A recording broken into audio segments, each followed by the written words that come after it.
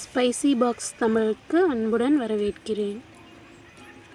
இந்த வீடியோவில் outdoor cooking எப்படி இருக்குன்னு பார்க்கலாம் வாங்க. நாம் கடையில் வாங்குகிற பிராய்லர் சிக்கனுக்கும் இந்த மாதிரி காட்டுக்குள்ளே மேய்ஞ்சு வளர்கிற சிக்கனுக்கும் நிறைய டிஃப்ரெண்ட் இருக்குது. பிராய்லர் சிக்கன் எவ்வளவு உடம்புக்கு கெடுதல்னு உங்களுக்கே தெரியும்.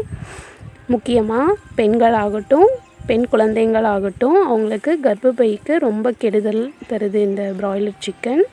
ஸோ முடிஞ்சளவு நாட்டுக்கோழி அல்லது ஆடு இந்த மாதிரி சாப்பிட்டுக்கோங்க. பிராய்லர் சிக்கனை ஃபுல்லாகவே அவாய்ட் பண்ணிடுங்க. ஏன்னா அது இன்ஜெக்ஷன் மூலமாக வளருது. இன்றைக்கி லஞ்சுக்கு இந்த சேவலை போட்டுற வேண்டிதான். நம்ம நாட்டுக்கோழியோ சேவலோ ஓடுற அளவுக்கெல்லாம் பிராய்லர் கோழியால் ஓட முடியாதுங்க. ஏன்னா அது கறிக்காக வளர்க்கப்படுறது, ஃபுல்லாகவே இன்ஜெக்ஷன் மூலமாக வளர்க்கப்படுது. ஆனால் இந்த மாதிரி காட்டுக்குள்ளே வளர்கிற கோழிகள் பார்த்திங்கன்னா நிறையா பூச்சி புழு செடி கொடி தானியங்கள் இந்த மாதிரி சாப்பிட்டு வளர்கிறதுனால இதை நம்ம சாப்பிடும்போது எந்த பிரச்சனையும் இருக்காது, உடம்புக்கும் நல்லது.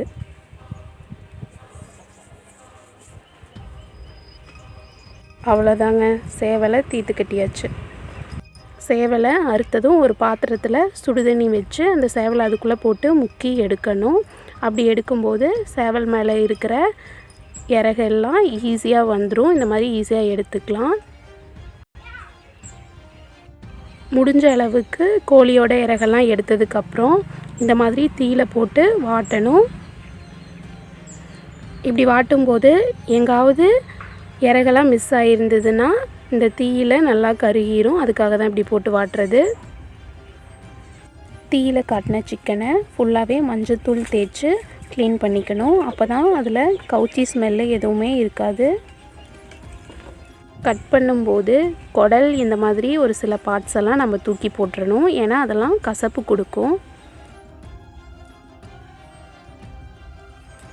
நாங்கள் இன்றைக்கி விறகடுப்பில் வெளியில் தான் வச்சு சமைக்க போகிறோம் சிக்கன். இந்த மாதிரி சமைக்கும்போது ஜென்ஸும் எல்லோரும் ஹெல்ப் பண்ணுவாங்க. குட்டீஸு எல்லாத்துக்குமே இன்ட்ரெஸ்ட்டாக இருக்கும். இந்த மாதிரி வெளியே வச்சு சமைச்சு சாப்பிட்றது ரொம்ப டேஸ்ட்டாகவும் இருக்கும் கேஸில் சமைக்கிறத விட.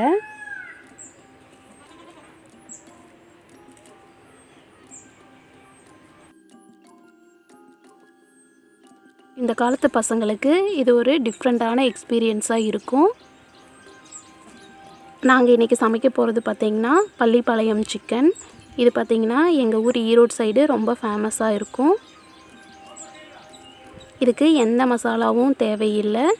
சின்ன வெங்காயம், வரமிளகாய், இஞ்சி, பூண்டு இதை முழுசாக போட்டால் போதும். எந்த மசாலாவும் அரைக்க வேண்டியதில்லை. 1 கிலோ சிக்கனுக்கு அட்லீஸ்ட் 1/2 kg சின்ன வெங்காயம் போட்டால் தான் கிரேவி நமக்கு கிடைக்கும்.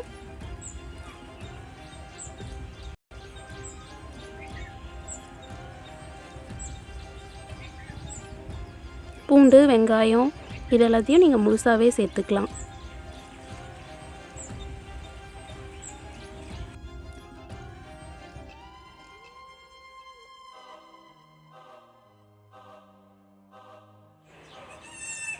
வெங்காயத்தை நல்லா வதக்கி விடுங்க.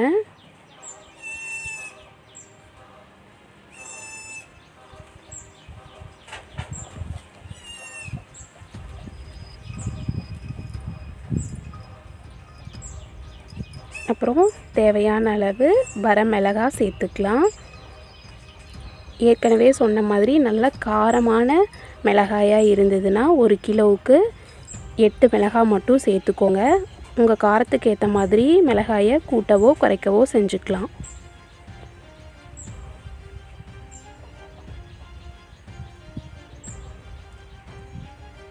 கொஞ்ச நேரம் நல்லா வணங்க விட்டுருங்க.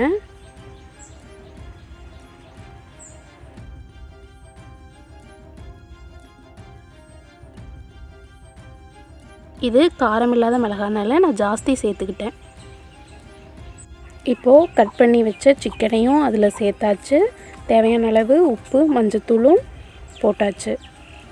அவ்வளோதான், இந்த சிக்கனுக்கான எல்லா பொருளுமே சேர்த்தாச்சு. இப்போது தண்ணி கொஞ்சம் சேர்த்து வேக வைக்கிறது தான். இது நாட்டுக்கோழி சிக்கனுங்கிறதுனால வேகிறதுக்கு கொஞ்சம் டைம் எடுக்கும். பிராய்லர் சிக்கனை விடவே இது 2 மடங்கு ஜாஸ்தி டைம் எடுக்கும்.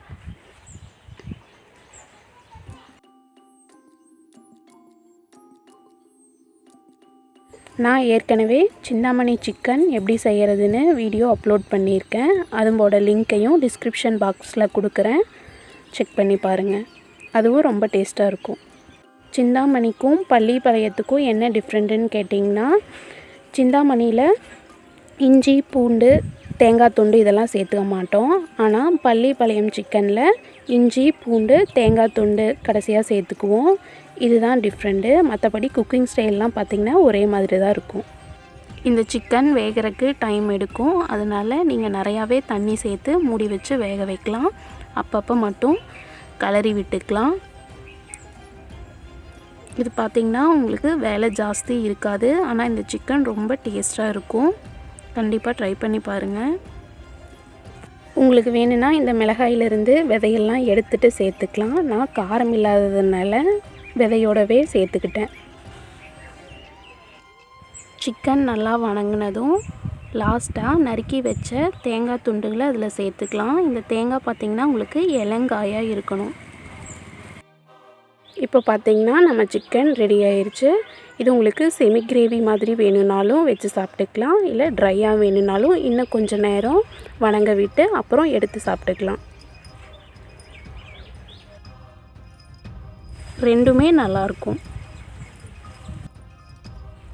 அவுட்டோரில் குக் பண்ணி சாப்பிட்ணுன்னு நினைக்கிறவங்களுக்கு இது ஒரு நல்ல ஆப்ஷன். இந்த ஸ்டைல் பார்த்திங்கன்னா உங்களுக்கு ஈஸியாக இருக்கும். ஜாஸ்தி எந்த வேலையும் இருக்காது.